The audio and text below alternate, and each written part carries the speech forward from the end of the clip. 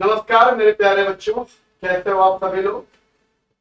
उम्मीद है कि आप सभी अच्छे होंगे। और जैसा कि हर हफ्ते हर सप्ताह मैं एक कॉन्सेप्ट टॉक की वीडियो लेके आता था, अभी बीच में कुछ व्यस्तता हो जाने के कारण वो वीडियो में लेके नहीं आ पा रहा था, लेकिन फिर से समय मिला है तो मैं फिर से लेके आया हूँ। एक महत्वपूर्ण मुद्दे पे बात करेंगे, लेकिन जो पिछले सप्ताह कुछ 2-3 सप्ताह में क्लास नहीं ले पाया उसके लिए मैं आपसे क्षमा चाहता हूँ। मुझे उम्मीद है कि आप लोग मुझे माफ कर भी देंगे। मैं देखता रहता हूँ कि आप लोग के कमेंट्स बहुत कम आते हैं। आप लोग देखते तो हो, वीडियो को देखते भी हो, लाइक भी करते हो, वो चीजें मुझे चलो अच्छी लगती है, लेकिन ऐसा तो बिल्कुल नहीं है कि आपको कोई समस्या ना हो वीडियो में। ऐसा तो बिल्कुल नहीं है कि आपका कोई प्रश्न ना हो। अगर प्रश्न ना भी है तो आपको वीडियो कैसी लगी, तो उसमें क्या सुधार कर सकते हैं, या आपको अगला कौन सा मुद्दा चाहिए, इसके बारे में आप जरूर मुझे कमेंट में लिख दिया। आज का मुद्दा बहुत ही आसान है, बहुत ही ज्यादा टिपिकल नहीं है, और उसका आंसर सबको मालूम है। जो भी आप सवाल पे हम बात करेंगे उसका उत्तर मुझे लगता है कि आप में से बहुत से लोगों को मालूम होगा। जो पहली बार पढ़ रहे होंगे, जो बच्चे ऐसे हैं जो पहली बार पॉलिटी पढ़ रहे होंगे या प्रस्तावना के बारे में पढ़ेंगे, उनके लिए हो सकता है कि थोड़ा सा मुश्किल हो, लेकिन ये वीडियो देखने के बाद उनके लिए भी चीजें सही हो जाएंगी और वो पूरी बात समझ पाएंगे। जिन बच्चों को मालूम है उत्तर उत्तर मैं कह रहा हूं, तो इसका मतलब कुछ प्रश्न भी होंगे इस वीडियो में, तो हम प्रश्न पे भी चर्चा करेंगे। लेकिन मैं आपको पहले बता देता हूँ कि अगर आपको उसका उत्तर मालूम भी है तो आज हम चर्चा करने वाले हैं कि ये आया कहां से, कॉन्सेप्ट क्या आया, उसके बारे में हम बात करेंगे।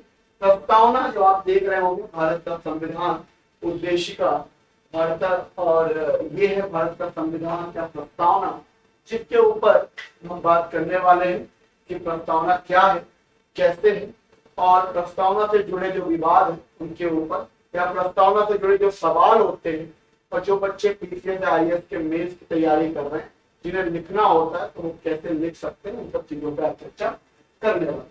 तो फिलहाल यहाँ पर ये मेरी फोटो है, ये मैं ही हूँ, है ना। सरकारी वाली थी तो सबकी फोटो है, प्रिंस पांडे। और आज का जो चर्चा का विषय है वो प्रस्तावना से जुड़े विवाद के बारे में बात करेंगे हम लोग। और क्या है विवाद, तो कुछ सवालों पे बात करेंगे और इन्हीं सवालों का उत्तर हम आज चर्चा में करेंगे। लेकिन इन सवालों का उत्तर हम डायरेक्ट भी दे सकते हैं, हाँ और ना हो, लेकिन आज हम समझेंगे कि अगर हाँ है तो क्यों है, और अगर ना है तो क्यों, ये समझेंगे। और इसीलिए ये क्लास थोड़ी सी महत्वपूर्ण होगी।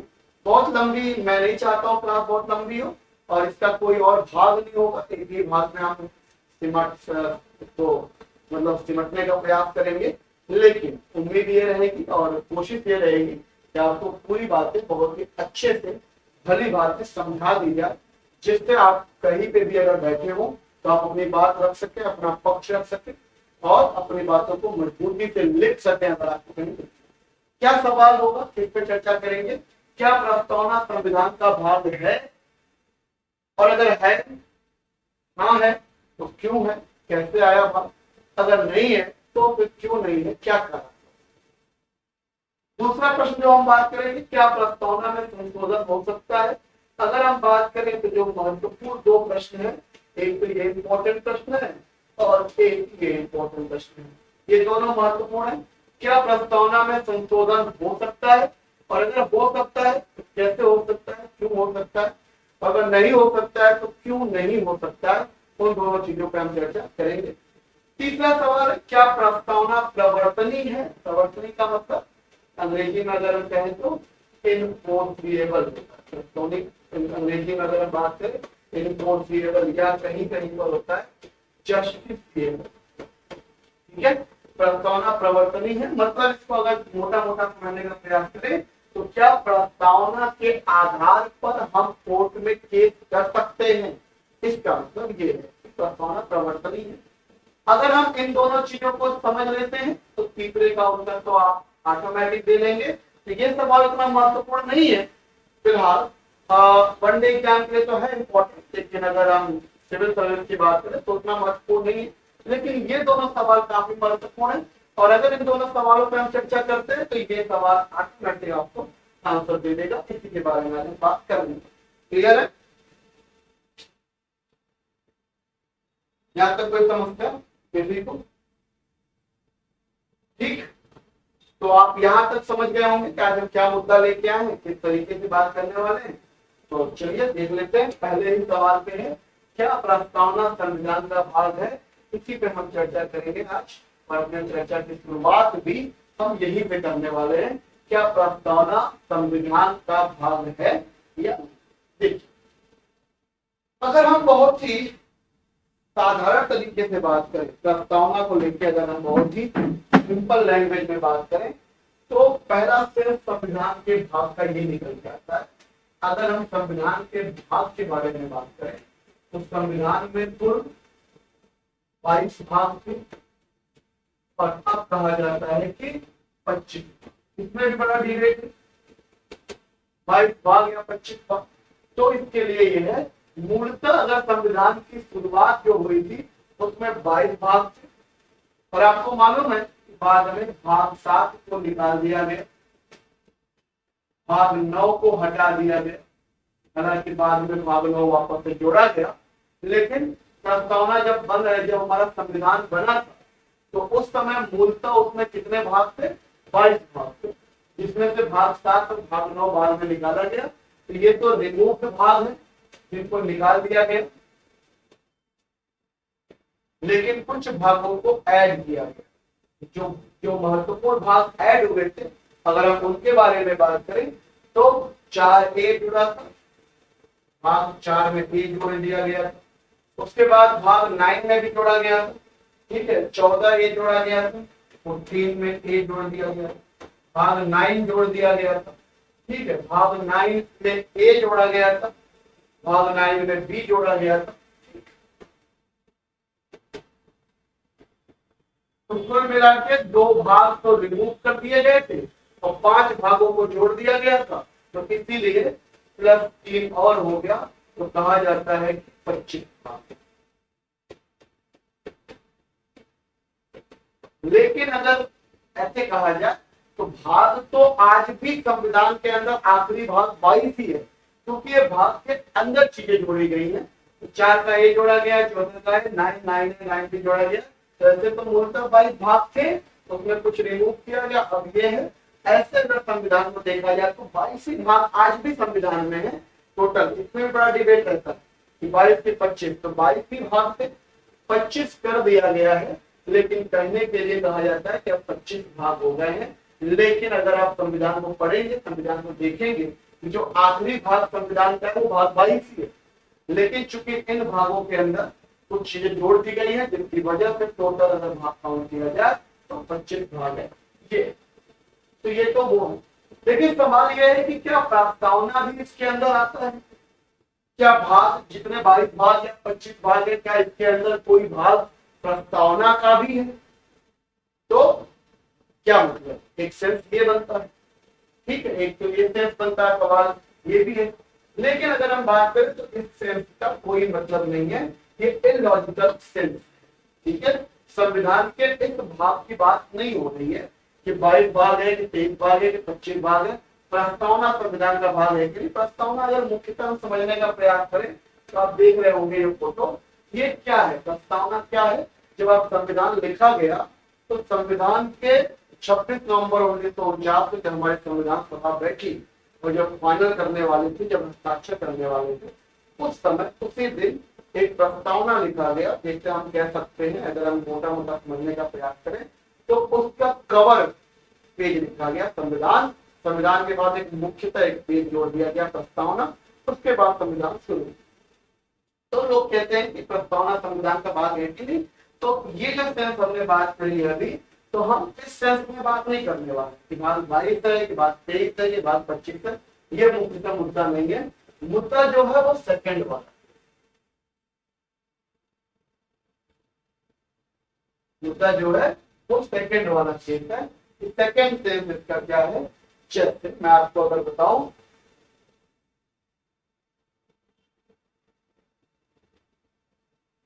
कि प्रस्तावना को संविधान का हिस्सा माना गया, आपका मतलब यहाँ पे क्या है, सवाल है वो क्या है, भाग का मतलब क्या है, हिस्सा में। अब जैसे ये सवाल बिल्कुल आपके मन में नहीं आना चाहिए कि प्रस्तावना संविधान का भाग है, तो हमें मालूम है। क्यों माना, क्यों इसको माना गया कि हाँ है, या क्यों माना गया कि नहीं है, कौन से मामले से ये बात सिद्ध हुई, क्योंकि शुरू में तो बड़ा बवाल था प्रस्तावना को लेकर। तो आज हम उसी की कहानी पे बात करने वाले हैं कि प्रस्तावना को लेकर हमारे देश में क्या बवाल चल रहा था, उस बवाल को जड़ को समझेंगे, फिर हम बात तो हाँ या ना में चली जाएगी। वो अलग यहाँ पे जिस भाग के बारे में बात हो रही है वो भाग क्या है, हिस्सा। मतलब जैसे मान लीजिए कोई भी एक रजिस्टर ले लीजिए, और अगर रजिस्टर ले लेते हो तो रजिस्टर के अंदर आप देखते हो कि मैं एक जैसे मैं डायरी ले लेता हूँ, डायरी है मेरे पास, जैसे मान लीजिए ये डायरी है, ठीक है, ये डायरी का क्या है, कवर है।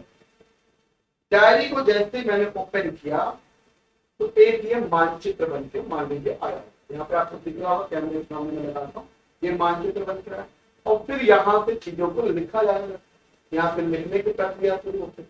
ठीक, तो यहाँ पे आप लिख रहे हो, यहाँ पे आप चीजों को लिख रहे हो, लिखते जा रहा हूँ। सवाल ये है, अगर इसको मैं संविधान मानता तो ये प्रस्तावना है, और फिर ये बाकी हमारे संविधान की जितने आपके जो टिप्स है इसके बारे में।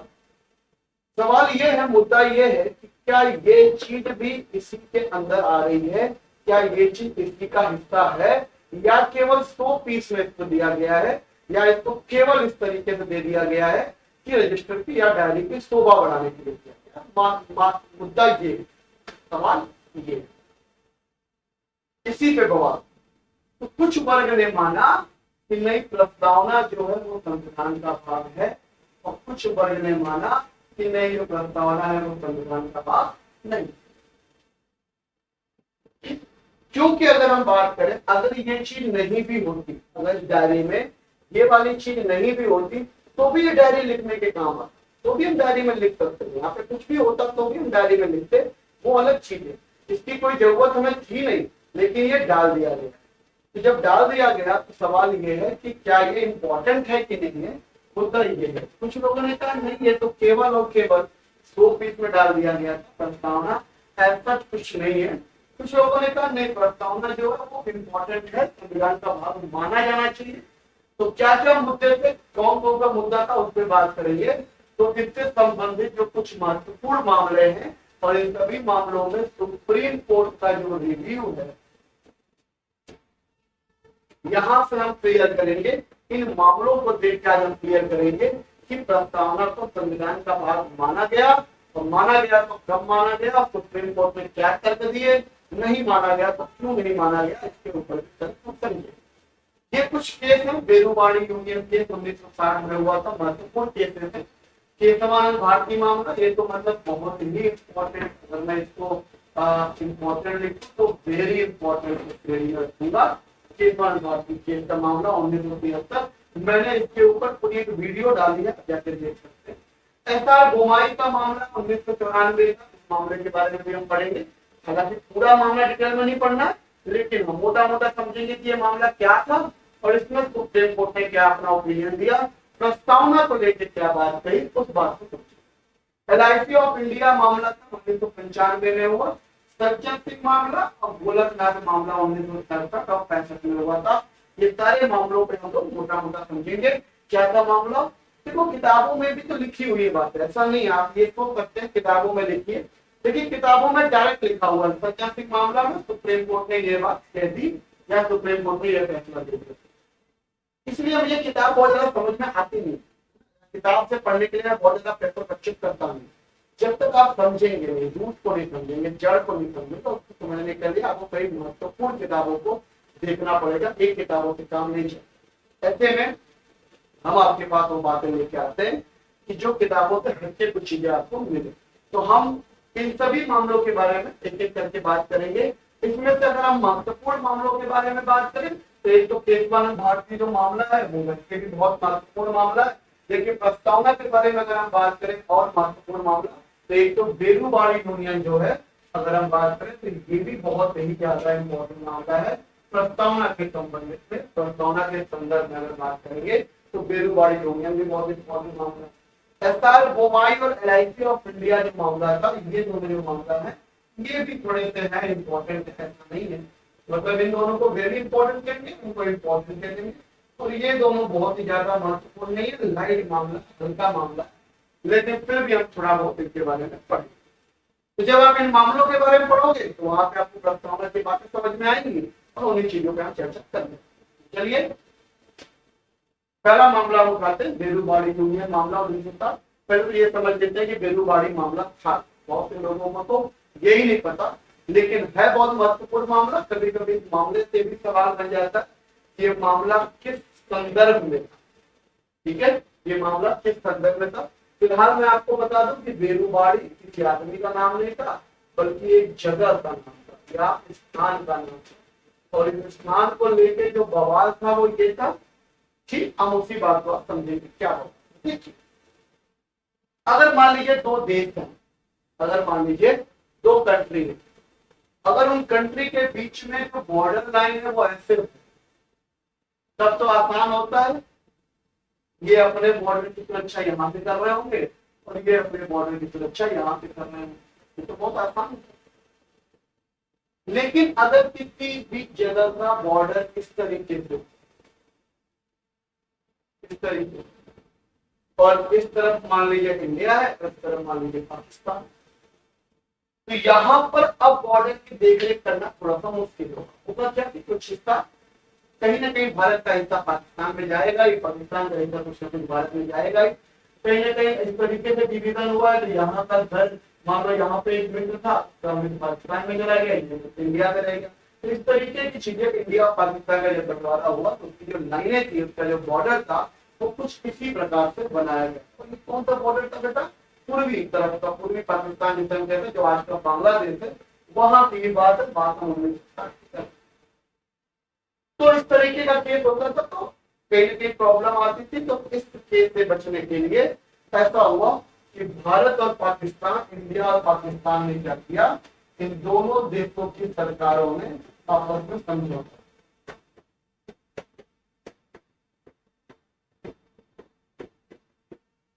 सरकारों ने समझौता, और समझौता में ये हुआ कि हम आपकी जमीन जो है वो हमें दे दीजिए, हमारी जमीन जो है वो उधर दे दीजिए, इससे क्या होगा, बॉर्डर सही है। हाँ, ये बात सत्य है कि उस समय जब ये जमीन देने जाने की बात हो रही थी, तो भारत की जो जमीन जा रही थी पाकिस्तान की तरफ वो थोड़ी सी ज्यादा थी, वो बात सत्य। और जब ये बात शुरू हुई, सरकार ने समझौता किया, समझौता लागू होने की बात हुई, तो जो विपक्ष थे, तो विपक्ष ने आंदोलन कर दिया। विपक्ष ने आंदोलन में यह मुद्दा उठाया कि हमारे देश के प्रधानमंत्री ऐसे, नेहरू जी प्रधानमंत्री थे, कि जो अपने देश की जमीन को अपने दुश्मन देश को सौंपना चाह रहे हैं, देना चाह रहे हैं, और ये बहुत ही ज्यादा गंभीर मामला है, इसके ऊपर तो बात होनी चाहिए। आंदोलन, अब इस आंदोलन के अंदर ये मुद्दा होगा कि क्या सरकार को ये शक्ति है, ये ताकत है, ये पावर है कि वो अपने देश की जमीन दूसरे देश को दे सकती है। और वहां पे जो जमीन, जो स्थान की बात हो रही थी, बेसिकली बेलूबाड़ी वालों ने ही ये बवाल उठाया था, बेलूबाड़ी स्थान के लोगों ने बवाल उठाया था, तो इसलिए मामला बेलूबाड़ी मामला बनाया गया। तो ये बवाल, तो क्या सरकार के पास इतनी शक्ति है? फिर सरकार ने ये बोला कि आप सबको मालूम है कि हमारे पास एक आर्टिकल होता है, हमारे पास एक आर्टिकल होता है, आर्टिकल 143, आपने नाम सुना हो, आर्टिकल 143। इस आर्टिकल के तहत राष्ट्रपति जो है, जब कोई बात या कोई ऐसी चीज होती है जो समझ से थोड़ी सी बाहर होती है, या जिसके बारे में नहीं पता होता है, जिसके बारे में थोड़ा सा संदेह होता है, तो आर्टिकल 143 का प्रयोग करके प्रेसिडेंट जो होता है, उसको ये पावर होती है कि वो सुप्रीम कोर्ट से उस मामले में क्या मांग सकता है, रिव्यू मांग सकता है, ये पावर होती है। हालांकि सुप्रीम कोर्ट रिव्यू देने के लिए बाध्य होती नहीं, सुप्रीम कोर्ट चाहे तो रिव्यू ना दे, और अगर सुप्रीम कोर्ट ने रिव्यू दे दिया है तो प्रेसिडेंट उस बात को मानने के लिए भी बाध्य नहीं है। ऐसा नहीं कि नहीं, अब सुप्रीम कोर्ट ने रिव्यू मांगे और दे दिया तो मानना पड़ेगा, प्रेसिडेंट की इच्छा है, मानने लायक है तो माने, ना मानने लायक है ना। लेकिन सामान्यतः जो हमारे देश में आज तक हुआ है कि अगर प्रेसिडेंट ने कोई रिव्यू मांगा है तो सुप्रीम कोर्ट ने रिव्यू दिया है, और सुप्रीम कोर्ट ने कोई रिव्यू दिया है तो प्रेसिडेंट ने उसको फॉलो भी किया है। ये सामान्य बात है, ये संविधान में नहीं लिखा, ये दोनों का म्यूचुअल अंडरस्टैंडिंग। अब यहाँ पर जब नेहरू प्रधानमंत्री थे, यह आंदोलन हुआ तो नेहरू जी ने राष्ट्रपति अगर कोई सलाह मांग रहा है, ये मान के चलिए कि सरकार ही मंगवा रही है, सरकार का ही भुगतान है, तो प्रेसिडेंट उसे हम लोग क्या कहते हैं, आर्टिकल 5143 को प्रेसिडेंशियल रेफरेंस क्या कहते हैं। तो शब्दों पे बहुत जरूरी होता है ध्यान देना, शब्द बहुत इंपॉर्टेंट है, प्रेसिडेंशियल रेफरेंस। तो नेहरू जी ने कहा भैया देखिए सुप्रीम कोर्ट क्या कहती है, सुप्रीम कोर्ट संविधान को पढ़ेंगे समझेंगे, ऐसा कुछ है। तो फिर प्रेसिडेंट ने आर्टिकल 143 के तहत सवाल पूछा सुप्रीम कोर्ट से, और वो क्या क्या सवाल पूछा गया,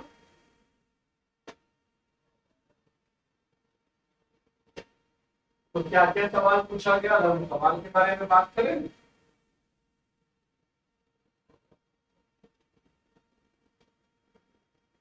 तो उन्होंने सुप्रीम कोर्ट से एक सवाल पूछा, क्या एक संप्रभु देश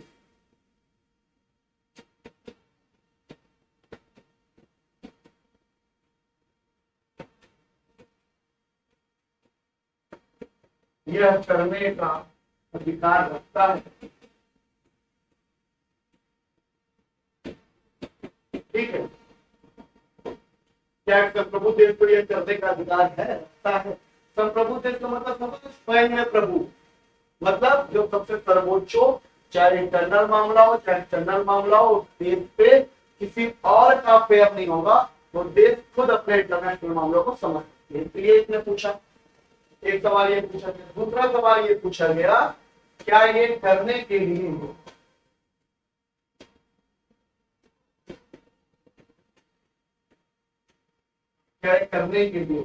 आर्टिकल 3 से ही काम हो जाएगा, या आर्टिकल 368 का प्रयोग करना पड़ेगा, या दोनों का। सवाल ये पूछा गया। आर्टिकल 3 आर्टिकल 368 मैंने कई बार आपको बताया है, फिलहाल के लिए अगर मैं आपको समझा दूं तो मोटा मोटा ये समझ लीजिए, आर्टिकल 3 का मतलब होता है कि सामान्य विधेयक,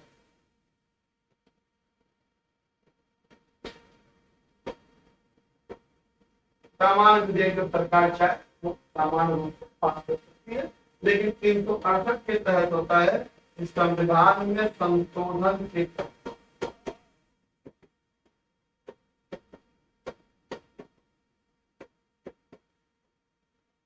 कोई विधेयक पास करना है तो संविधान में संशोधन करके ही विधेयक पास हो सकता है। और संविधान में संशोधन करने के लिए आप सबको मालूम है कि दोनों सभाओं का विशेष बहुमत होना चाहिए, वो सोचिए, या फिर हमें दोनों करना पड़ेगा। ये चीजें सरकार ने इससे पूछा, तो आर्टिकल 143 के तहत सरकार ने राष्ट्रपति से दो सवाल पूछा।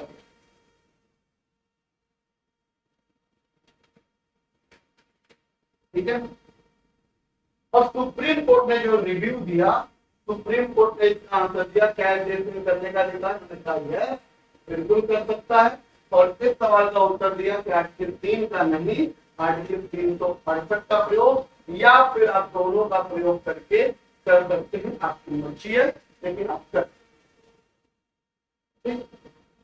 अब सवाल यहाँ पे हुआ, जब यह बात सुप्रीम कोर्ट ने कह दिया, तो फिर जो बात मुद्दा जो उठा वो ये उठा प्रस्तावना को लेकर, क्योंकि हमारे प्रस्तावना में एक शब्द है यूनिटी,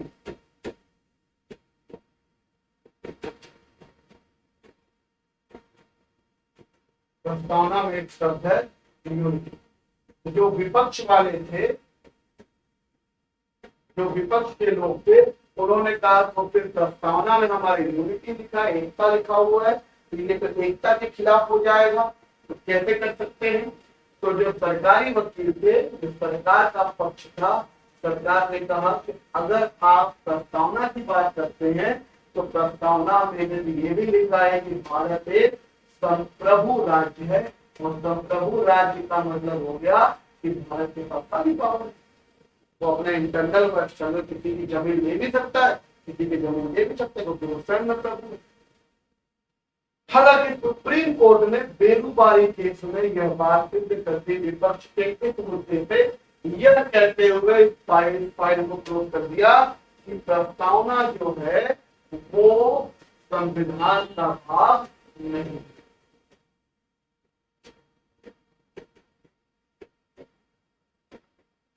प्रस्तावना संविधान का भाग, तो इसका मतलब ये बात आपको समझ में आ गई।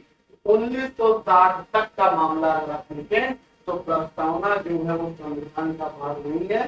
सुप्रीम कोर्ट ने कहा प्रस्तावना कोई संविधान का बहुत ही भाग नहीं है, बहुत इंपॉर्टेंट भाग नहीं है, प्रस्तावना हम नहीं देखेंगे, ठीक है। और उन्होंने कहा कि प्रस्तावना जो है वो एक तो संविधान का भाग नहीं है, दूसरा प्रस्तावना किसी भी सरकार या संसद को, संसद ही सरकार है, संसद को शक्ति देने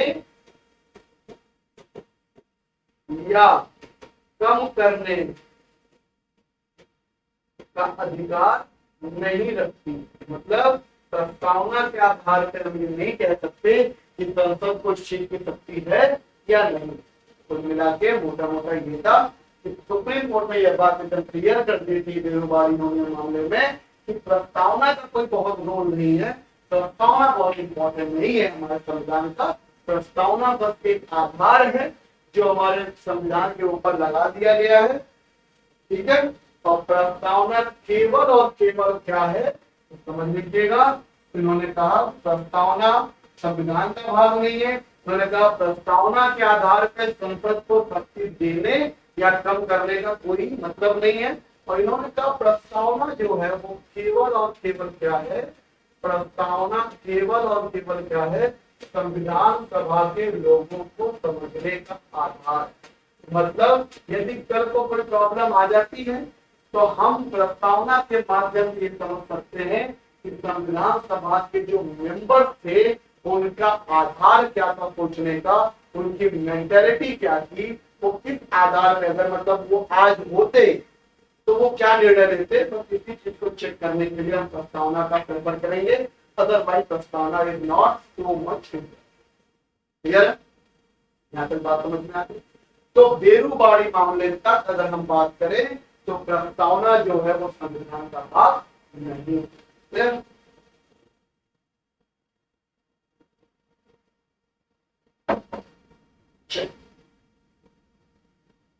दूसरा केस के बारे में अगर हम बात करें, सज्जन सिंह और गोलकनाथ मामला, इतना इंपॉर्टेंट मामला है नहीं ये प्रस्तावना को लेकर, लेकिन इसको बस इतना समझेंगे सज्जन सिंह का जो मामला था वो अभी हमने बात किया था।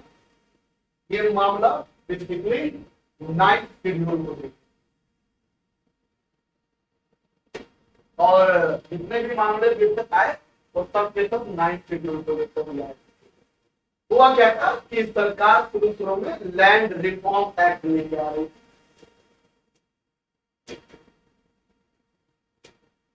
लैंड रिफॉर्म एक्ट लाई।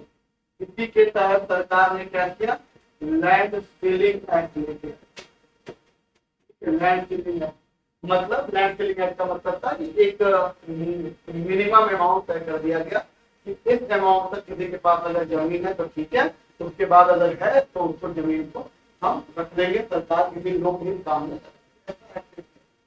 तो इस एक्ट के तहत सज्जन सिंह जो थे वो राजस्थान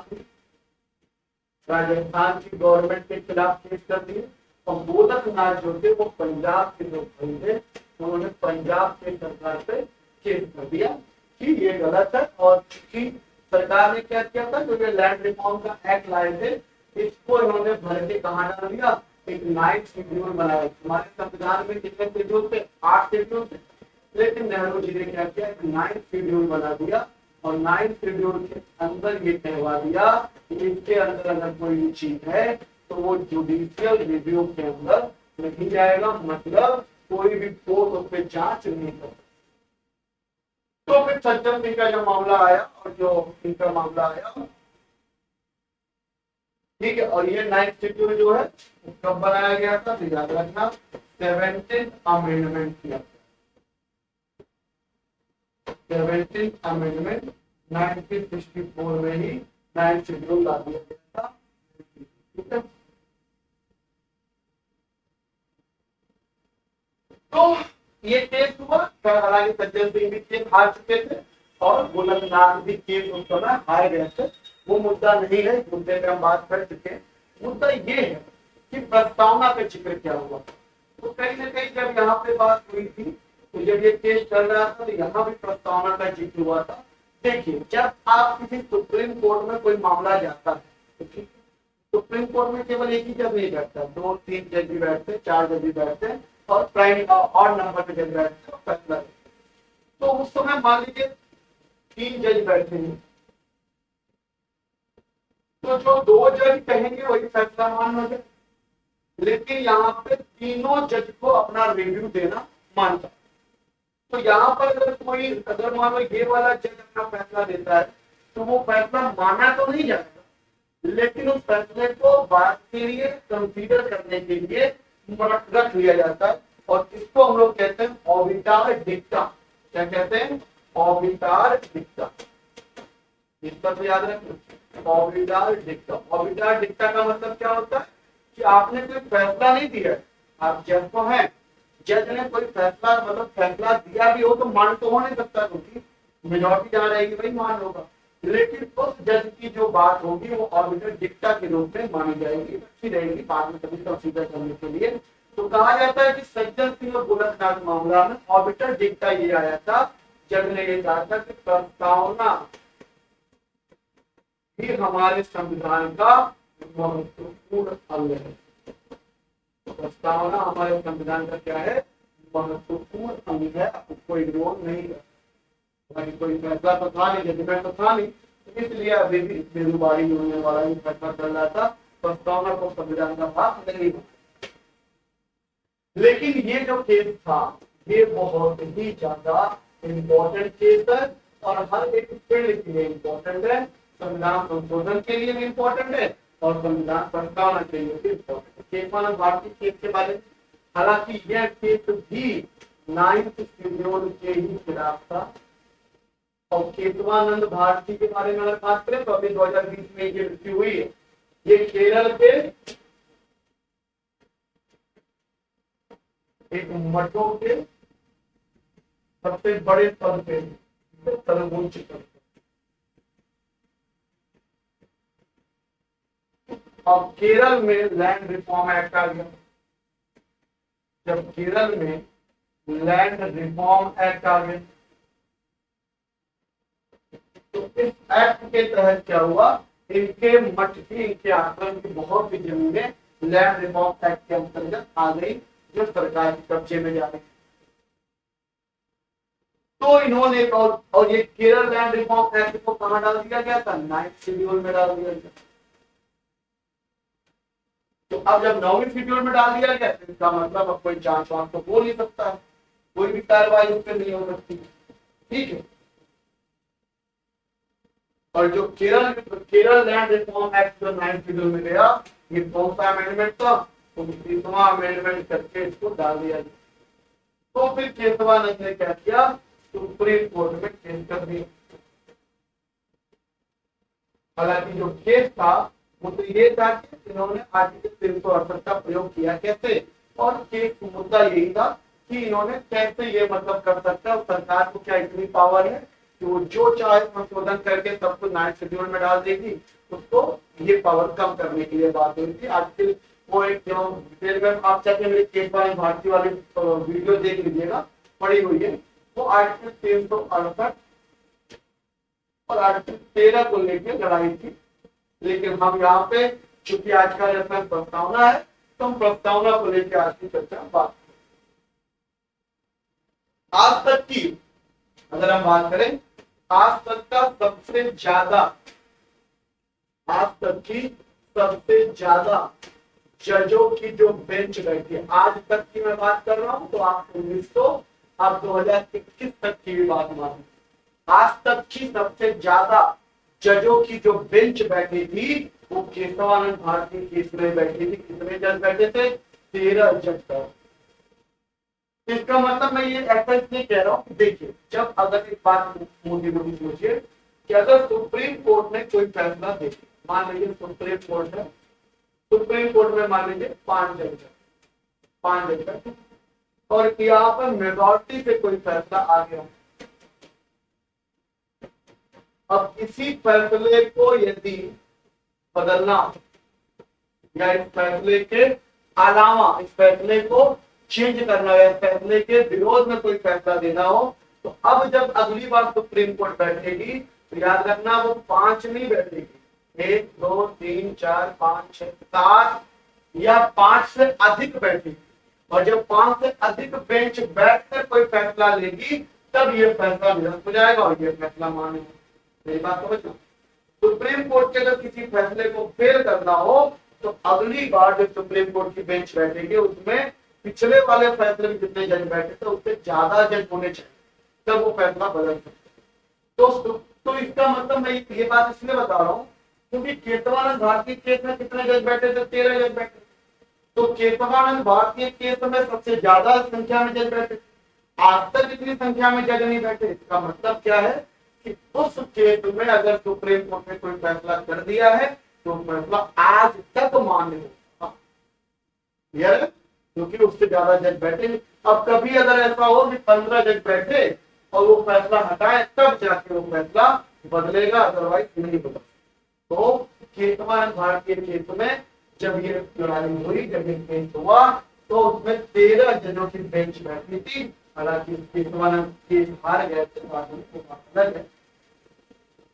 ठीक है, लेकिन इसमें जो सुप्रीम कोर्ट ने प्रस्तावना को लेकर जो बात कही, क्योंकि यहाँ पर भी लड़ाई प्रस्तावना की हुई, तो सुप्रीम कोर्ट ने प्रस्तावना को लेकर जो महत्वपूर्ण बात कही वो ये कहा केशवानंद भारती केस में कि प्रस्तावना संविधान का भाग है। मतलब प्रस्तावना संविधान का भाग है, ये कब माना गया? 1973 में माना गया, केशवानंद भारती केस के मामले में माना। ठीक, मैं तो बात कर रहा हूं। दूसरी चीज, अच्छा, मानने के पीछे का कारण क्या था? तर्क क्या इन्होंने दिया? तर्क क्या इन्होंने दिया? इन्होंने किया जब संविधान सभा सारे मिलके जब कोई संविधान का कुछ भी पार्ट बना रहे थे तो वहां का कार्य क्या, सब लोग आम सहमति थे, उससे क्या होता था, राजी होते थे। और फिर बाद में जो अध्यक्ष होते थे वो कहते थे कि भाई ये चीज संविधान में पारित होने जा रहा है, जो कुछ कहना है नहीं, जो हस्ताक्षर होता था वो पारित। उसी प्रकार से 26 नवंबर 1949 को जब हमारी संविधान सभा फाइनल बैठी, जब प्रस्तावना लिख रही थी तो प्रस्तावना लिखने की भी प्रक्रिया उन्होंने वही अपनाई जो संविधान के बाकी चीज लिखने की प्रक्रिया थी। जब प्रोसीजर सेम था तो फिर प्रस्तावना को भी संविधान का ही भाग माना जाना चाहिए, क्योंकि उसी प्रकार लिखा गया, हवा में तो लिख नहीं दिया गया। जब उसी स्टेप से उसी प्रोसीजर को फॉलो करके लिखा गया तो इसका मतलब प्रस्तावना भी संविधान का भाग माना। ये सुप्रीम कोर्ट ने कहा कि और इन्होंने कहा कि जब कभी भी संविधान की व्याख्या करनी होगी, जब कभी भी संविधान की व्याख्या करनी होगी,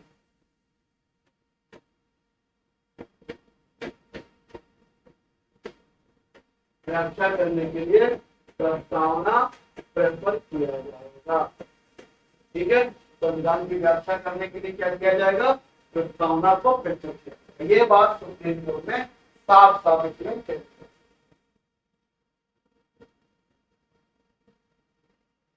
ठीक है, और उन्होंने ये भी कहा अगर आपको पूरा संविधान समझना है तो संविधान को समझने का रास्ता प्रस्तावना से होके ही जाता है। प्रस्तावना ही संविधान के अंदर जितनी भी चीजें हैं उनको लिंक करने का काम करती है। तो कुल मिला के मैं इतना कहना चाहता हूँ, केशवानंद भारतीय मामले में जाकर 1973 के अंदर या 1973 में जाकर यह बात मानी गई कि प्रस्तावना संविधान का भाग है। ठीक, अगर आपको इस पर लिखने के लिए आ जाए तो साफ साफ लिखोगे कि बेरूबाड़ी मामले में साफ साफ संविधान सुप्रीम कोर्ट ने कह दिया था कि प्रस्तावना संविधान का भाग नहीं है।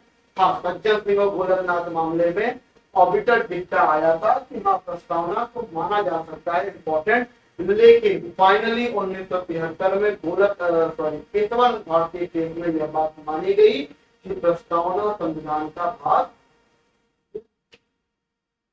इसके बाद भी कुछ केस हुए, जैसे एसआर बोमाई मामला 1994, राज्य ऑफ इंडिया 1995।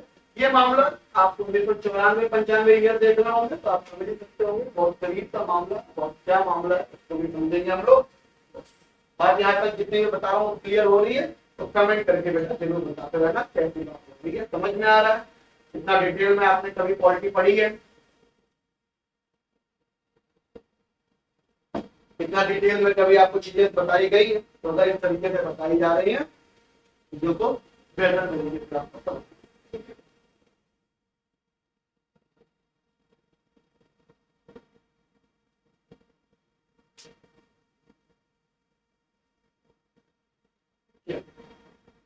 एसआर बोमाई का जो मामला था बेसिकली 1994 मामला, इनके पहली बात तो मैं आपको बता देता हूँ, इनके मामले में कितने जज बैठे थे, 9 जज बैठे। ठीक, अब एक बात बताइए, अगर ये 9 जज कोई फैसला ले लेते तो क्या वो केतवानंद भारतीय वाले मामले को डिफीट कर पाएंगे? नहीं कर पाएंगे। क्यों? क्योंकि यहाँ पे कितने जज बैठे थे, 13 जज बैठे थे। इनके फैसले को तो डिफीट करने के लिए आपको इनसे ज्यादा जज चाहिए हो, तो जाहिर सी बात है कि यहाँ पे जो मामला हुआ होगा वो वैसे भी मान्य नहीं होगा अगर प्रस्तावना को लेकर, लेकिन ऐसा नहीं हुआ, इसके अंदर भी प्रस्तावना को मान लिया गया और बहुत महत्वपूर्ण माना गया। एसआर बोमाई थे तो याद रखना कर्नाटक के मुख्यमंत्री थे,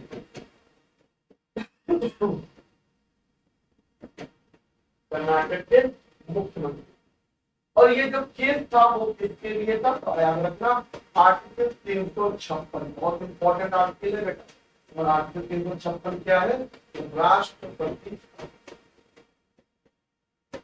तो बहुत चीजें बदल गई, लेकिन पहले इसका प्रयोग बहुत ज्यादा होता था, इसका राष्ट्रपति शासन का प्रयोग बहुत ज्यादा होता था। इसका अगर सही सही यूज किसी ने किया तो इंदिरा गांधी ने इसका थोड़ा सा मिसयूज किया था, और कहा जाता है कि मिसयूज की हद कर दी थी इसने मोरारजी देसाई।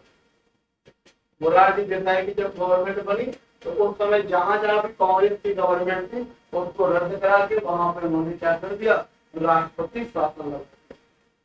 हालांकि जब एसआर बोमाई केस मुद्दा था, एसआर बोमाई केस कर्नाटक के उसमें मुख्यमंत्री थे और वहां पर कर्नाटक में जबरदस्ती आर्टिकल 356 लगाकर राष्ट्रपति शासन लगा दिया। तब एसआर बोमाई ने क्या किया, सुप्रीम कोर्ट में केस कर दिया कि क्या इतना आसान हो गया है, हर जगह पे आप राष्ट्रपति शासन लगा दोगे, इसके ऊपर सुप्रीम कोर्ट कुछ कार्रवाई करे। तो सुप्रीम कोर्ट के पास उसमें कई सारे मामले थे। एक तो अयोध्या वाला कांड हो चुका था 1992 में, तो उसके समय में भी क्या था कि बीजेपी के कुछ राज्य ऐसे थे जो बीजेपी गवर्नमेंट थी, जहाँ पे बीजेपी सरकार वाले राज्य थे, वहां पर क्या लगा दिया गया था, आर्टिकल 356 लगा दिया गया था, राष्ट्रपति शासन लग गया था। वो भी केस किए तो वो भी फाइल सुप्रीम कोर्ट के पास चले गए।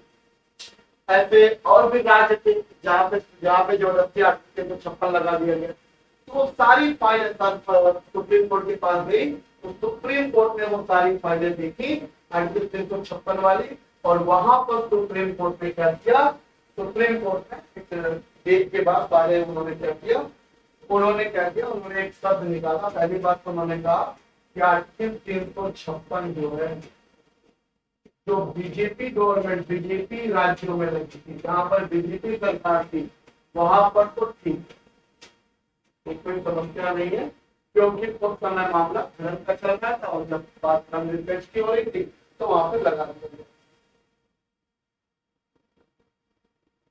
और इसी केस में इन्होंने माना कि प्रस्तावना, उन्होंने क्या माना कि प्रस्तावना संविधान का सबसे महत्वपूर्ण, प्रस्तावना संविधान का सबसे महत्वपूर्ण अंग। और प्रस्तावना के अंदर क्या लिखा हुआ है, पंथ निरपेक्ष लिखा हुआ है, जिसे हम लोग कहते हैं सेक्युलरिज्म। उन्होंने कहा, सुप्रीम कोर्ट ने कहा कि प्रस्तावना संविधान का सबसे महत्वपूर्ण अंग है, और प्रस्तावना में उसमें क्या लिखा गया, पंथ निरपेक्ष लिखा गया, और ये जो पंथ निरपेक्ष है वो संविधान का बेसिक स्ट्रक्चर है। बेसिक स्ट्रक्चर मतलब मूल ढांचा।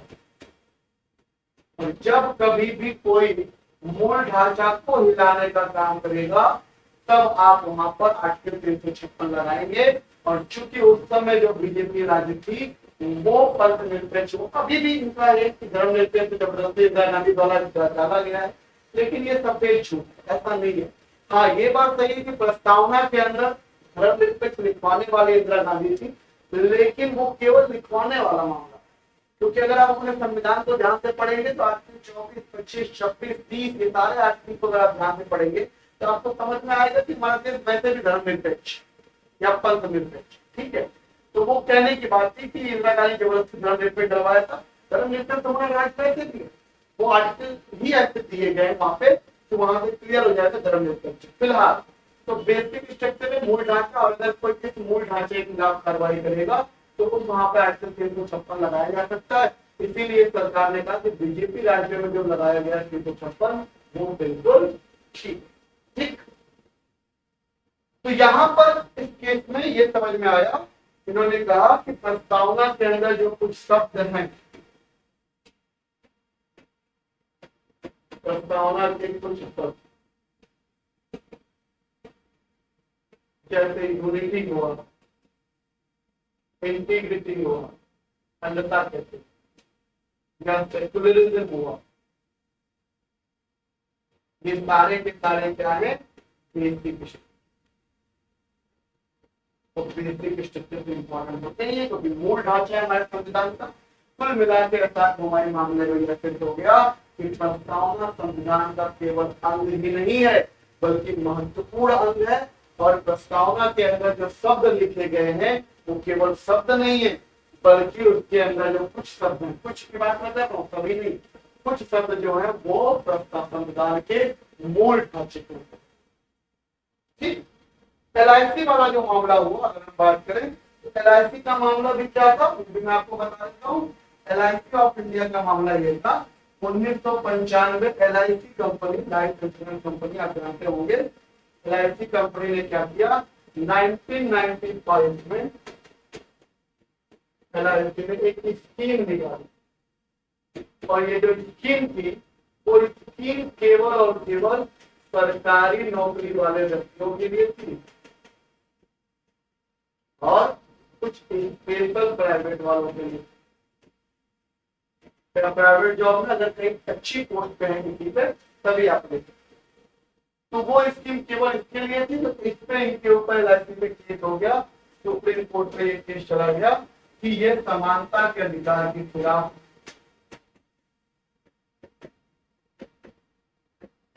समानता के अधिकार के खिलाफ है। आर्टिकल 14 भी है, समानता का अधिकार ये लेकिन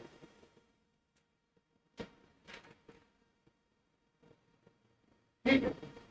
और इस केस में भी ये बोला गया कि आर्टिकल 14 तो है ही, और समानता जो है हमारे प्रस्तावना के अंदर भी लिखा हुआ है, तो इसलिए भी समानता के अधिकार के खिलाफ है। तो सुप्रीम कोर्ट ने बाद में ये स्कीम रद्द कर दिया। कहने का मतलब है कि यहाँ पर भी प्रस्तावना शब्द आया, इस केस में भी, और इस केस में भी राज्य ऑफ इंडिया केस में भी सुप्रीम कोर्ट ने कहा प्रस्तावना बहुत महत्वपूर्ण अंग है, आप उसको छेड़ नहीं सकते। तो सुप्रीम कोर्ट के जो फैसले आए इन सब मामलों में, जिन मामलों में हमने अभी बात करी, उस फैसलों का निष्कर्ष क्या है, प्रस्तावना क्या है, संविधान का भाग है या नहीं। अब आप बता सकते हैं आसानी से कि प्रस्तावना संविधान का भाग है कि नहीं है। तो निष्कर्ष यही निकला है कि प्रस्तावना जो है, अगर हम केशवानंद भारती केस पढ़े, SR बोमाई केस पढ़े और LIC ऑफ इंडिया केस पढ़े, तो इन तीनों केस के आधार पर अगर हम देखें तो प्रस्तावना जो है वो संविधान का महत्वपूर्ण भाग है।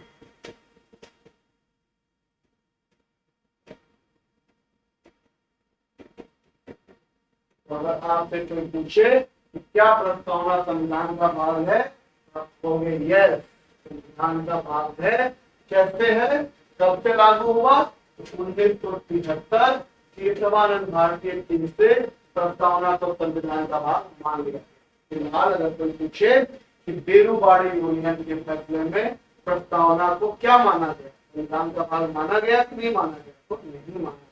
ठीक, तो यहाँ पे बेटा ये कहानी आई कि प्रस्तावना संविधान का भाग बन। क्लियर? तो पहले सवाल का जवाब मेरे ख्याल से अगर आपको कोई मेंस में लिखने के लिए कहे तो आप शायद लिख सकते हैं। अगर आप मेंस में पूछा जाए कि क्या प्रस्तावना संविधान का भाग है और है तो कब से आया, ये चीजें अगर आपसे लिखने के लिए कहा जाए तो मुझे ऐसा लगता है कि आप आराम से अब पूरी कहानी लिख।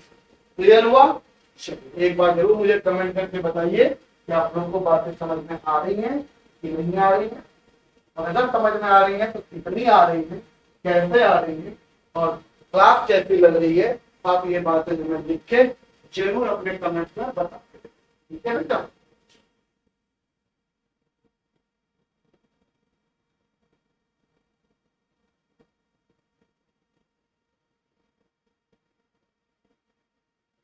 दूसरी चीज, एक तो ये हो गया प्रस्तावना भाग। सुप्रीम कोर्ट का जो दूसरा निर्णय आया, जो दूसरा रिव्यू आया, निष्कर्ष आया, वो ये आया कि प्रस्तावना जो है वो संविधान की व्याख्या करने के लिए प्रयोग होती है। प्रस्तावना जो है वो संविधान की व्याख्या करने के लिए प्रयोग होती है। महत्वपूर्ण अंग है। और संविधान की व्याख्या का मतलब होता है कि जब कभी भी किसी को भी किसी भी मामले में संदेह होगा तब सरकार सुप्रीम कोर्ट क्या करती है?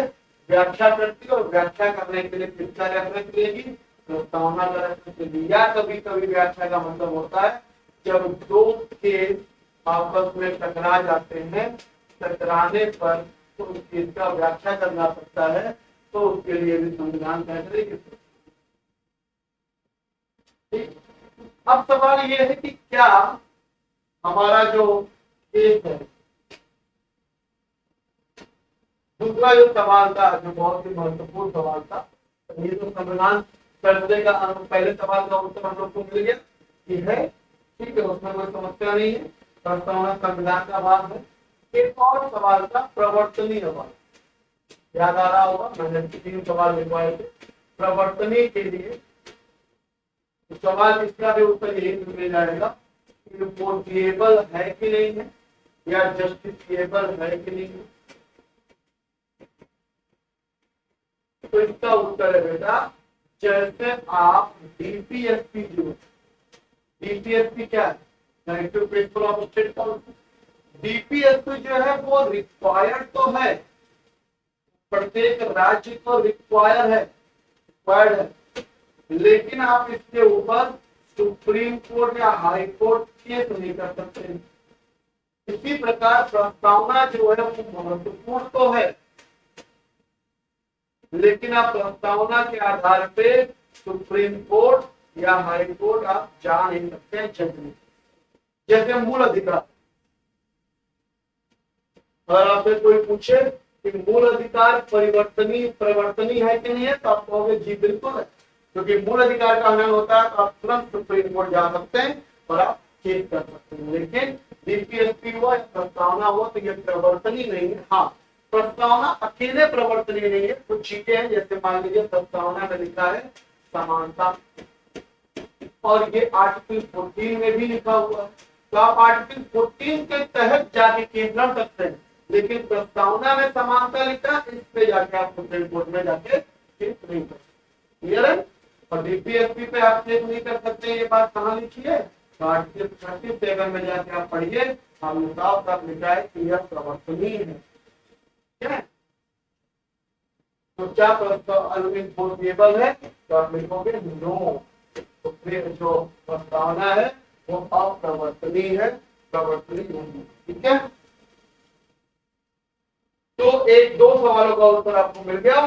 तीसरा सवाल जो हमारा था और जो महत्वपूर्ण सवाल है, इस पे हम लोग चर्चा करेंगे कि क्या प्रस्तावना में संशोधन हो सकता है और अगर हो सकता है तो कब से होना शुरू हुआ, कैसे होना शुरू हुआ, और अगर नहीं हो सकता है तो फिर क्यों नहीं हो सकता, क्या।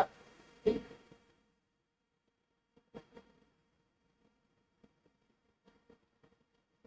बात समझ में आ रही सबको? बहुत बढ़िया, आगे देखिए।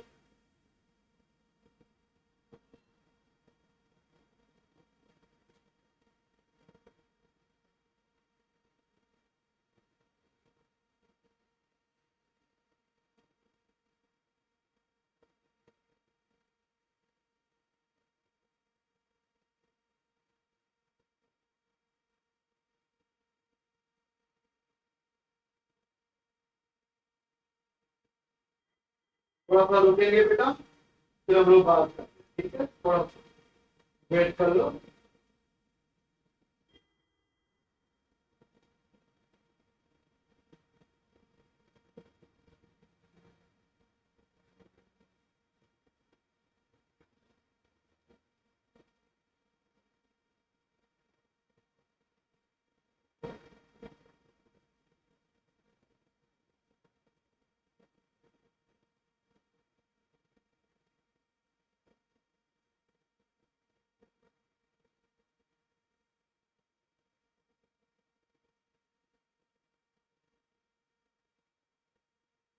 चलिए,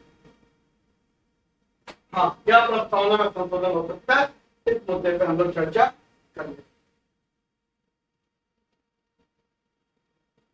संविधान संशोधन की अगर हम बात करें,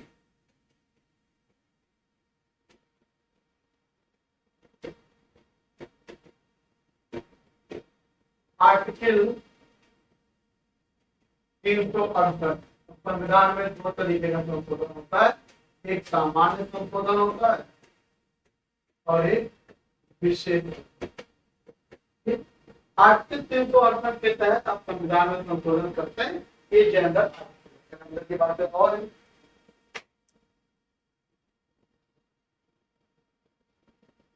अगर सामान्य संशोधन करना होता है तो दोनों सदनों के विशेष बहुमत से करते हैं, दोनों सदनों के विशेष बहुमत से करते हैं। विशेष संशोधन करना होता है दोनों सदनों के विशेष बहुमत तो लगेंगे ही लगेंगे, और क्या होता है, आधे आधे मतलब अभी 28 राज्य है, कम से कम 14 राज्य, आधे राज्यों के विधानमंडल इनका भी मन बनता है तो विशेष चीजें पास। तो आर्टिकल 368 के अंदर संविधान का संशोधन, ठीक है।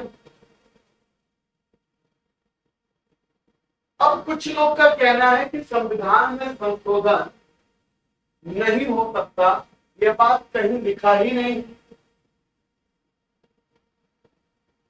और चूंकि प्रस्तावना संविधान का भाग है और आर्टिकल 368 कहता है कि संविधान में संशोधन के लिए आर्टिकल 368 दिया गया है, तो इस हिसाब से प्रस्तावना में भी संशोधन हो सकता है। लेकिन कुछ लोग का मानना है कि प्रस्तावना में संशोधन नहीं हो सकता है, इसके लिए भी कुछ मामले आए और उस मामले में सुप्रीम कोर्ट ने अपना ओपिनियन रखा।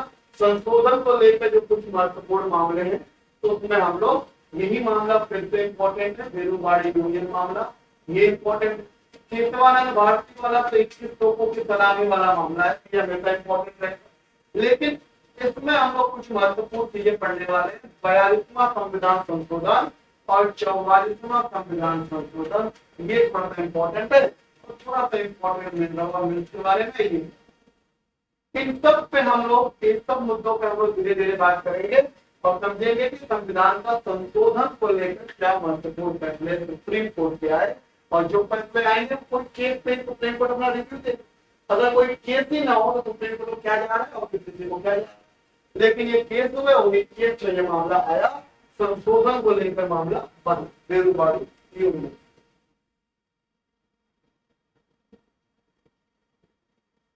ठीक, अब अगर मैं बात करूं इस केस में बेरूबाड़ी यूनियन में, तो हमने पढ़ा है 1960 का मामला है बेरूबाड़ी यूनियन, अभी पढ़ा, और इसी मामले में ये माना गया कि प्रस्तावना जो है, प्रस्तावना संविधान का भाग नहीं है, और जब यह संविधान का भाग ही नहीं है तो इसमें संशोधन कैसा? तो इसका मतलब ना प्रस्तावना का भाग है और ना इसमें संशोधन कोई हो सकता है। ठीक, गोलकनाथ मामले में अगर हम बात करें तो हमने बताया था कि यहाँ पर प्रस्तावना को, ठीक है, ये डालना थी ऑर्बिटर, ऑर्बिटर दिखता आया था इसमें, यहाँ पे कोई फैसला नहीं आया, ऑर्बिटर दिखता आया था। क्या आया था कि अब आप समझ गए ऑर्बिटर दिखता का मतलब, यहाँ पे क्या आया था कि प्रस्तावना जो है वो महत्वपूर्ण अंग है, लेकिन फैसला नहीं आया था। लेकिन यहाँ पे इस केस के अगर डिटेल में जाए तो जो धारणा बन रही थी वो यही बन रही थी कि प्रस्तावना का संशोधन नहीं हो सकता, ये धारणा बन रही थी। ठीक, लेकिन जो मामला आया सबसे इंपॉर्टेंट वो ये मामला आया केशवानंद भारती केस का मामला, जिसके ऊपर अभी हमने चर्चा कर लिया है, बहुत ज्यादा डिटेल में नहीं जाएंगे। लेकिन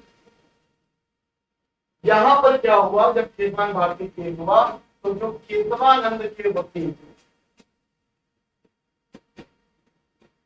उस मामले में जब चर्चा बढ़ रही थी तो चर्चा यहां तक बढ़ गई कि केशवानंद वकील ने कहा कि संविधान के कुछ मामले असंशोधनीय होने चाहिए, संविधान के कुछ मामले जो है असंशोधनीय होने चाहिए, मतलब उसमें संशोधन नहीं होना चाहिए, ऐसा केशवानंद वकील ने कहा। हालांकि जो सरकारी वकील थे और इन्होंने ये भी कहा था कि वकील में संविधान के कुछ मामले संशोधनीय होने चाहिए और जो सरकार जो संविधान के बेसिक एलिमेंट है उनमें छेड़छाड़ नहीं करते, मतलब केशवानंद वकील ने कहा था कि बेसिक एलिमेंट में संशोधन नहीं होना चाहिए। एक तो इन्होंने ये पक्ष रखा था, केशवानंद के वकीलों ने एक पक्ष और रखा था कि प्रस्तावना भी बेसिक एलिमेंट, प्रस्तावना भी क्या है, संविधान का बेसिक एलिमेंट है, तो इसमें भी संशोधन नहीं होना चाहिए।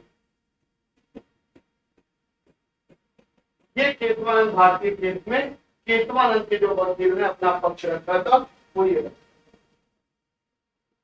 गवर्नमेंट की अगर हम बात करें, जो सरकारी वकील थे, जो सरकार की तरफ से वकील थे, उन्होंने क्या बात रखी थी, उन्होंने पहली चीज ये रखी थी कि संविधान संशोधन ना हो ऐसा लिखा नहीं।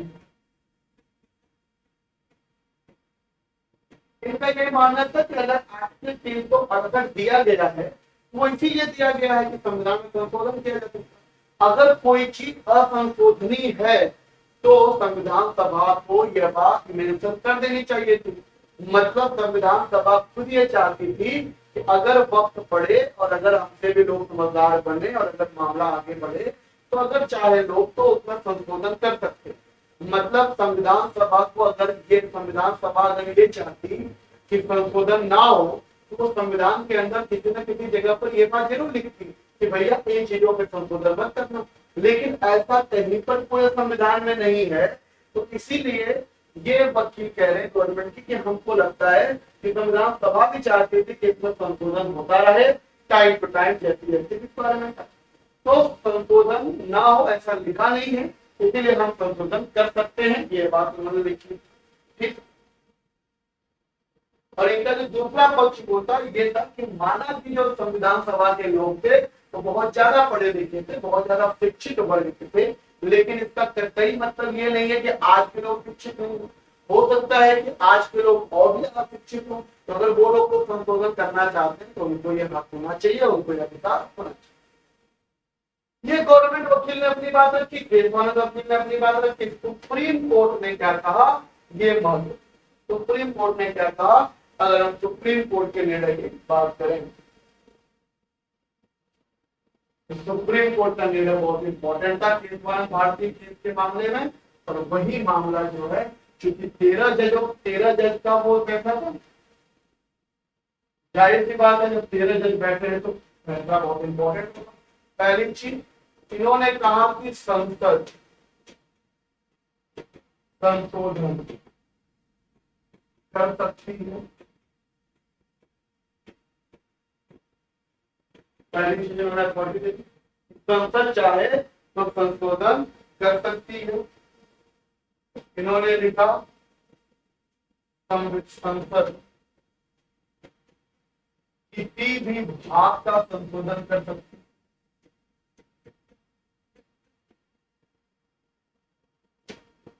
किसी भी भाग का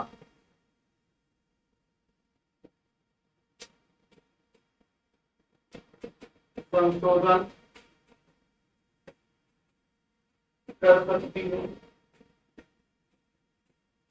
और चूंकि किसी भी भाग का संशोधन कर सकती है, इसका मतलब प्रस्तावना में भी संशोधन कर सकती है।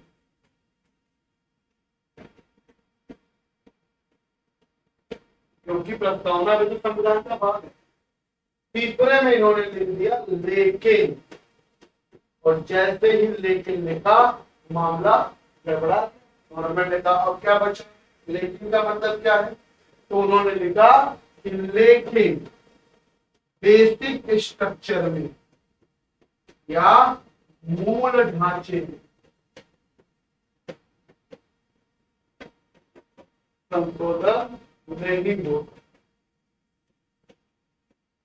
मूल ढांचे में संशोधन नहीं होता।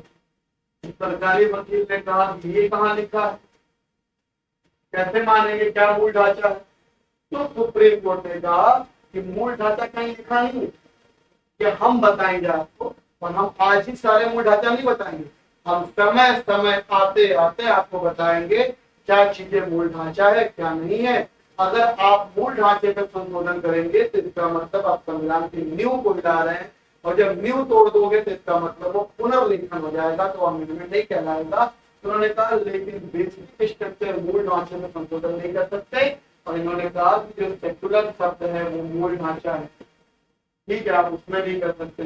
डेमोक्रेटिक ये भी मूल ढांचा है, ऐसे करके उन्होंने कहा हम समय समय पर आपको मूल ढांचे का बताते रहेंगे और मूल ढांचे में संशोधन नहीं करेंगे। इसका मतलब यहाँ पे यह बात क्लियर हो गई कि प्रस्तावना में भी संशोधन हो सकता। क्लियर है। तो केस में केस में यह बात खुल के आ गई कि प्रस्तावना में भी संशोधन हो सकता है, लेकिन हाँ प्रस्तावना के कुछ शब्द जो मूल ढांचा आते हैं उसमें संशोधन नहीं। अगला मामला जो है वो 42वां संविधान संशोधन द्वारा हुए, 42वां संविधान संशोधन द्वारा हुए प्रस्तावना में बदलाव। अब सबको मालूम है 42वां संविधान संशोधन का मामला क्या था, ठीक है। 42वां संविधान संशोधन अगर हम बात करें तो इनका ये कितना इंपॉर्टेंट संशोधन था कि इसको मिनी कॉन्स्टिट्यूशन थे।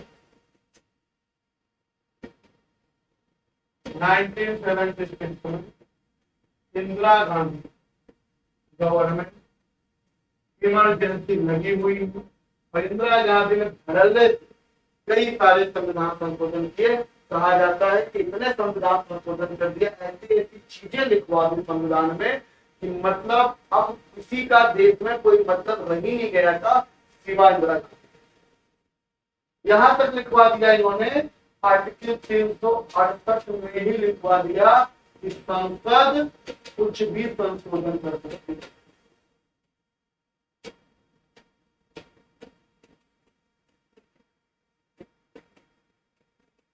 मतलब 368 में ही इन्होंने लिखवा दिया कि संसद जो है वो कुछ भी संशोधन कर सकती है, कोई भी संशोधन कर सकती है। इन्होंने यहां तक लिखवा दिया प्रस्तावना में संशोधन कर दिया। प्रस्तावना में 3 शब्द इन्होंने जोड़, कौन कौन से शब्द जोड़े गए, इंटीग्रिटी, और कौन से शब्द जोड़े गए, सेक्युलरिज्म, और कौन से शब्द जोड़े गए, सोशलिस्ट, साम्राज्यवाद। इंटीग्रिटी का मतलब होता है अखंडता। सेक्युलरिज्म का मतलब होता है पंथ निरपेक्षता। सोशलिस्ट का मतलब होता है समाजवाद। ये सारे इन्होंने, हालांकि बहुत ज्यादा संशोधन किए, लेकिन इन्होंने जो प्रमुख संशोधन प्रस्तावना की बात करें तो इन्होंने प्रस्तावना में 3 स्तर मुख्य जोड़े। हालांकि इसकी कोई आवश्यकता थी, प्रस्तावना में 3 शब्द जोड़ने के पीछे का इंदिरा गांधी का कॉन्सेप्ट पूछा जाए क्या कॉन्सेप्ट है, तो मेरे हिसाब से किसी भी बहुत बड़े लोगों ने भी इससे बात की है कि कोई कॉन्सेप्ट था। इंदिरा गांधी उस समय इतनी पावर में थी, इतना शक्ति का पूरा देश, इनफैक्ट अमेरिका पाकिस्तान के टुकड़े कर देने वाले इंदिरा गांधी, अमेरिका को भी मतलब दबा देने वाले इंदिरा गांधी, चाइना के सीने से चढ़कर सिक्किम को ले आने वाले इंदिरा गांधी, एक बहुत बड़ी पावर बने। 1973 में जब चेतवन भारती केस आया, हालांकि जीत सरकार गई थी, लेकिन उसमें सरकार ने बहुत महत्वपूर्ण फैसले सुना दिए थे, जैसे बेसिक स्ट्रक्चर वाला को दे दिया था, प्रस्तावना को संविधान का भाग बना दिया था। तो अब चूंकि इमरजेंसी लगी हुई थी और ऐसा कहा जाता है कि इंदिरा गांधी दिखाना चाहती थी कि मैं क्या चीज हूँ, और इसलिए उन्होंने प्रस्तावना के अंदर भी संशोधन करा। कोई जरूरत नहीं थी, हमारा देश वैसे भी अखंड है, यूनिटी शब्द लिखा ही था पहले से, उसको लिखने की जरूरत नहीं थी, लेकिन उन्होंने जोड़ के लिखा। सेक्युलरिज्म पंथ निरपेक्ष, उसके अंदर लिखने की जरूरत नहीं थी, क्योंकि आर्टिकल 24, 25, 29, 30 सारे धर्म के ऊपर आर्टिकल है, तो धर्म निरपेक्ष हमारा वैसे भी थे। सोशलिस्ट समाजवाद हमारा देश है ही, वो पूरा हमारा संविधान के सारे आर्टिकल पढ़ोगे तो वहां समझ में आता है कि हम समाजवाद है, उसको अलग तरीके से लिखने की जरूरत नहीं थी। अगर कहा जाए अखंडता लिखने के पीछे का, धर्मनिरपेक्ष लिखने के पीछे का जो कारण था, वो चूंकि जनता पार्टी, क्योंकि वहां के लोग जनता पार्टी के जो नेता थे, जो प्रमुख नेता थे, वो लोग क्या थे बेटा, वो लोग धर्म को बहुत ज्यादा, मतलब एक स्पेसिफिक धर्म के पीछे काफी ज्यादा पागल थे। मोरारजी देसाई हुए, लाल कृष्ण आडवाणी हुए, अटल बिहारी वाजपेयी हुए, वो लोग जो नेता थे, उन लोग का अलग ही मतलब एक धर्म के प्रति झुकाव, इसलिए उनके चक्कर में मैंने पंथ निरपेक्ष लिखवा। समाजवाद इसलिए लिखवा दिया क्योंकि जनता पार्टी के कुछ प्रमुख नेता जो थे वो पूंजीवाद के सपोर्ट करते। जब आप पूंजीवाद के सपोर्ट करते हो, कांग्रेस की मंशा इनका समाजवाद रही है, तो कांग्रेस ने अपनी मंशा को ही प्रस्तावना में डाला। अखंडता लिखने का तो कॉन्सेप्ट आपसे मुझे समझ में नहीं आया, यूनिटी लिखा ही था, तो इंटीग्रिटी लिखने का क्या मतलब है, लेकिन चूंकि उस समय कुछ ऐसे मामले चल रहे थे, अलग अलग जगहों पे जो लड़ाई चल रही थी सेपरेटिज्म को लेके, तो उन्होंने इंटीग्रिटी लिखवा दिया। और भी उन्होंने बहुत सारे संशोधन कर दिए। हालांकि अगली बार फिर क्या हुआ, 1977 में इलेक्शन हुआ और 77 में इंदिरा गांधी हार गई और 4 पार्टियां मिलकर एक सरकार बनाई, जो गठबंधन की सरकार बनी, और वो सरकार किसकी बनी, जनता पार्टी की बनी। हालांकि बहुत दिन तक चल नहीं पाई, और जनता पार्टी की जो सरकार थी, उन्होंने एक कमेटी बनाई, और इस कमेटी का काम केवल इतना था कि जितने भी संविधान में 42वां संशोधन किया गया है इंदिरा गांधी के द्वारा, जो भी लगता हो कि संशोधन को हटा दिया जाए, वापस उसको रिमूव करके मूल ढांचे या वापस से जैसा हमारा कॉन्स्टिट्यूशन था वैसा लाया गया, लाने के लिए कौन कौन से संशोधन हमें करने पड़ेंगे वो बताइए। उसके लिए इन्होंने 143वां संशोधन इन्होंने किया, 43rd अमेंडमेंट किया था। और 43rd अमेंडमेंट की अगर हम बात करें,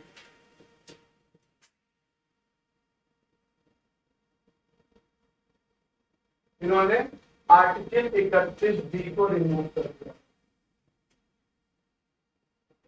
और ये 31D किसने ऐड किया था, तो इंदिरा गांधी ने ऐड करवाया था, तो उसको रिमूव किया। तो इन्होंने 44वां अमेंडमेंट जो किया, और वो अमेंडमेंट करने के पीछे का रीजन था, इंदिरा गांधी ने फिर जो संविधान का बिगड़ा कर किया था, उसको मूल ढांचे में लाया। 44वां अमेंडमेंट में इन्होंने जो आर्टिकल 368 वाला अमेंडमेंट था, उसको हटा दिया। इन्होंने लिख दिया था कि संसद कोई भी कानून ला सकती है। अब मैं आपको एक कॉन्सेप्ट समझाता हूं। अमेंडमेंट करने के लिए, अगर संविधान में संशोधन करना है, तो उसके लिए आपको क्या चाहिए, लोकसभा राज्यसभा के बहुमत चाहिए, लोकसभा के बहुमत तो आपको मिल सकते हैं, लेकिन राज्यसभा के बहुमत मिलने के लिए जरूरी नहीं है कि आपके पास राज्यसभा में भी हो, क्योंकि राज्यसभा तो प्रत्येक विधानमंडल से आती है। ठीक है, लोकसभा में हो सकता है कि आपकी सरकार के सब सांसद हो, लेकिन राज्यसभा में आपकी मेजोरिटी ऐसा जरूरी नहीं। तो उस समय जब 44वां अमेंडमेंट चल रहा था, जब सरकार अमेंडमेंट करवा रही थी, उस समय सांसद सांसद तो इनके थे, मान लीजिए हो जाता, लेकिन राज्यसभा में बिना कांग्रेस की सहमति से अमेंडमेंट हो नहीं सकता। तो इसीलिए 44वां अमेंडमेंट भी जब वो करेंगे तो कहीं ना कहीं कांग्रेस की सहमति तो चाहिए होगी, तो कांग्रेस की राज्यसभा में भी थे लोग और लोकसभा में भी थे, तो मेजोरिटी चाहिए होगी, वोट चाहिए होगी। राज्यसभा में जनता पार्टी के पास केवल और केवल 41 लोग, बाकी सब अन्य थे और कांग्रेस थे। जाहिर सी बात है, अब जब तक कांग्रेस तब तक हामी नहीं भरेगी तब तक आप अमेंडमेंट कर नहीं सकते, और जो संशोधन कांग्रेस ने कर दिया था उसमें आप कैसे अमेंडमेंट कर सकते। जो अमेंडमेंट इन्होंने किया 44वें संशोधन में मुख्य वो ये था कि लोकसभा का जो कार्यकाल था, लोकसभा में जो कार्यकाल था सांसदों का, इंदिरा गांधी ने बढ़ाकर 6 साल कर दिया गया था, 6 साल कर दिया था, उसको वापस से कहा लाया गया, 5 साल में लाया गया। इंदिरा गांधी ने बोला हाँ ठीक है कर लो, तुम्हें लोग को अच्छी बात है, जितना जल्दी जाओगे उतना अच्छा है, तो 5 साल करवाया, पहली चीज इंदिरा गांधी ने करवा दी। दूसरा, इन्होंने आर्टिकल 226 में संशोधन करके इंदिरा गांधी ने हाई कोर्ट की शक्तियों को कम कर दिया था, तो हाई कोर्ट की शक्तियां वापस की गई 44वें संशोधन। इंदिरा गांधी ने इस पे भी एग्री कर दी, बोली हाँ ठीक है सर, कोई समस्या नहीं, अब तो सरकार में जो सरकार में होता है वही चाहता है कि शक्ति कम हो, तो थी नहीं तो तुम्हें चला लो सरकार। और इसी तरीके से कुछ इमरजेंसी में भी इन्होंने प्रावधान किया, और इमरजेंसी लगाना थोड़ा सा मुश्किल किया गया, वो हम बाद में डिटेल में पढ़ेंगे। इमरजेंसी को थोड़ा सा मुश्किल किया गया, क्योंकि ये सारे के सारे इमरजेंसी के भुक्तभोगी सबको जेल में डलवा दिया इंदिरा गांधी। तो उन्होंने कहा इमरजेंसी का मुश्किल करो, इंदिरा गांधी ने कहा मुझे लगानी पड़ी, लगा दिया एक बार, अब तुम लोग मुश्किल कर लो, इंदिरा गांधी ने इसको भी सपोर्ट कर दिया। अब जब बात आई थी प्रस्तावना के रिमूवल की, अब जो बात आई थी प्रस्तावना के 3 शब्द क्यों नहीं बदल पाया गया, तो प्रस्तावना के शब्द कैसे बदल गए, इसके पीछे कई सारे कारण। एक पहला कारण तो ये था कांग्रेस खुद सहमत नहीं, कांग्रेस सहमति नहीं। दूसरा कारण ये था जनता पार्टी के जो प्रमुख नेता, अगर जनता पार्टी की बात करें तो जो प्रमुख नेता उस समय थे, जैसे जेपी नारायण, उस समय प्रमुख नेता थे। जेपी नारायण के बाद अगर हम बात करें जगजीवन राम,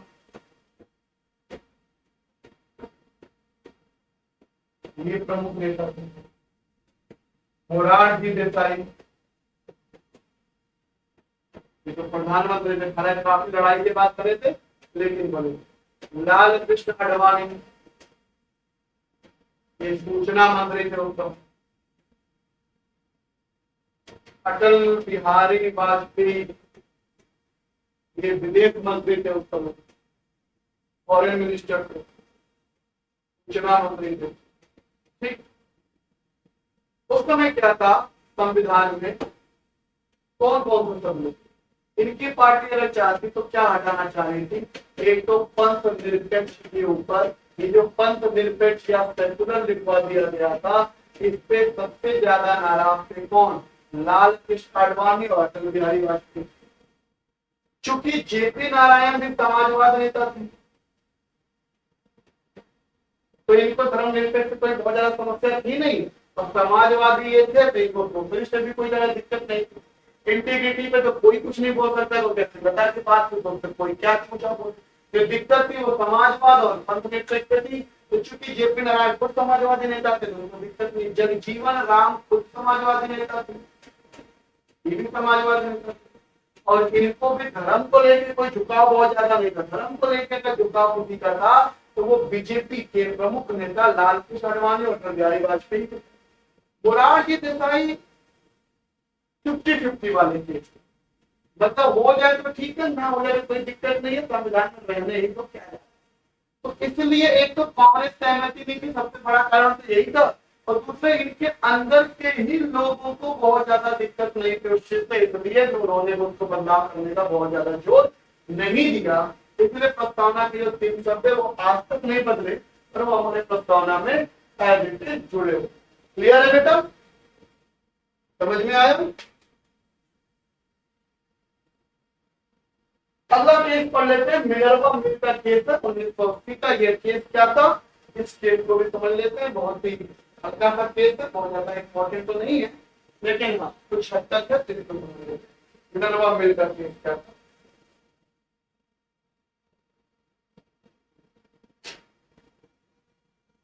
देखो 1966 से लेकर अगर 1980, एक तरफ शासन सत्ता संभालने वाली जो सबसे मजबूत औरत थी इंदिरा गांधी थी, इसी बीच में इंदिरा गांधी के नाकों चले चलवाने वाला एक वकील था, जो बहुत ही महान वकील, बड़ा वकील था, नानी पालकी।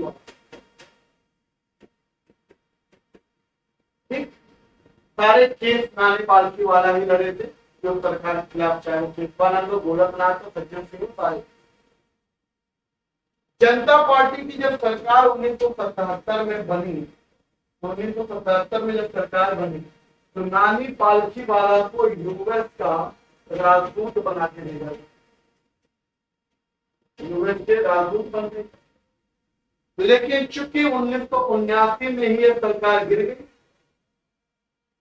सबको मालूम, तो नानी पालकी वाला जो थे वापस कहाँ आ गए, भारत आ गए।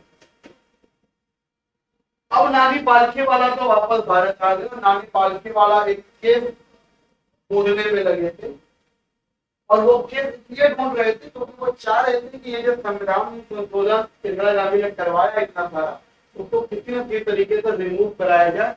जो चीजें हो पाई वो तो हो पाए, जो नहीं हो पाए उसको रिमूव कराया जाए। उस समय ये केस देख ही रहे थे नानी पालकी वाला। तभी क्या हुआ, इनको एक फाइल मिली नानी पालकी वाला को, और वो फाइल किसकी मिली, मिनर्वा मिल्स की मिली। और मिनर्वा मिल्स क्या था, जब इंदिरा गांधी बैंकों का राष्ट्रीयकरण कर रही थी, तो इस मिल्स का भी इन्होंने क्या कर दिया था, राष्ट्रीयकरण कर दिया। इस मिल्स का भी इन्होंने क्या कर दिया था, राष्ट्रीयकरण कर दिया। और राष्ट्रीयकरण करके इसकी फाइल क्या, इसका जो वो था, वो 9th शेड्यूल में डाल दिया। यही फाइल उठा लिया नानी पालकी वाला ने और केस कर दिया कहां पर, सुप्रीम कोर्ट में।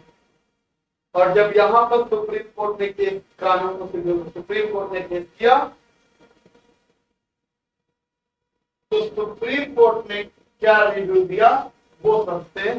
तो सुप्रीम कोर्ट ने पहला रिव्यू दिया कि आर्टिकल 368, उन्होंने क्या किया, रिव्यू दिया कि आर्टिकल 368 में किया गया संशोधन, आर्टिकल 368 में जो संशोधन इंदिरा गांधी द्वारा किया गया था, वो क्या माना गया, अवैध माना गया।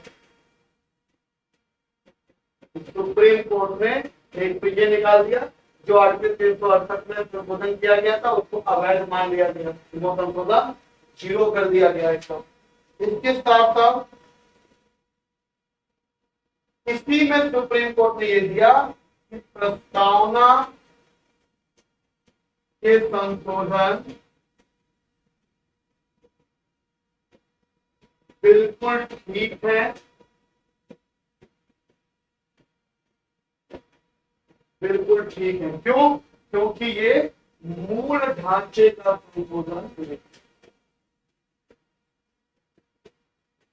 क्योंकि ये मूल ढांचे का संशोधन नहीं है, बल्कि यहाँ पे कुछ संशोधित नहीं किया गया है, बल्कि कुछ चीजें जोड़ा गया। ठीक है, तो इन्होंने कहा कि मूल ढांचे पर प्रभाव नहीं डालता,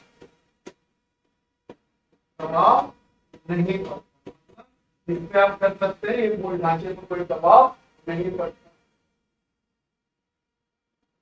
तो यहाँ से इस केस से ये समझ में आ गया हमें, प्रस्तावना वाले मिनर्वा मिल्स केस से हमें ये समझ में आ गया कि अब आप क्या कर सकते हैं कि हमारे प्रस्तावना में संशोधन हो सकता है कि नहीं हो सकता है। तो आप आंसर क्या लिखेंगे, जी हाँ प्रस्तावना में संशोधन हो सकता है।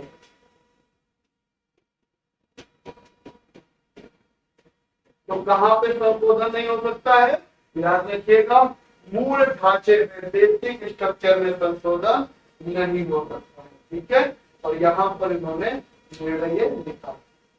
तो अब जो शुरू में सवाल हम लोगों ने किए थे, अगर उन सवालों पे हम चले, अब इसका आंसर आप दे सकते हैं बेटा बहुत आसानी से। क्या प्रस्तावना में संविधान का संशोधन का भाग है? क्या प्रस्तावना जो है प्रस्ताव संविधान का भाग है? प्राप्त हो गई है। कब हुआ? 1973 में। किस केस के बाद हुआ? तो आप लिख सकते हैं केशवानंद भारतीय केंद्र के बाद हुआ। ठीक है, क्या प्रस्तावना में संशोधन हो सकता है? आप कहोगे यस। कब से हुआ बेटा? एक तो मिनर्वा मिल्स है, मिनर्वा मिल्स केस है, और दूसरा केशवानंद भारती केस। ठीक, क्या प्रस्तावना प्रवर्तनी है? तो आप कहोगे नहीं, प्रस्तावना प्रवर्तनी।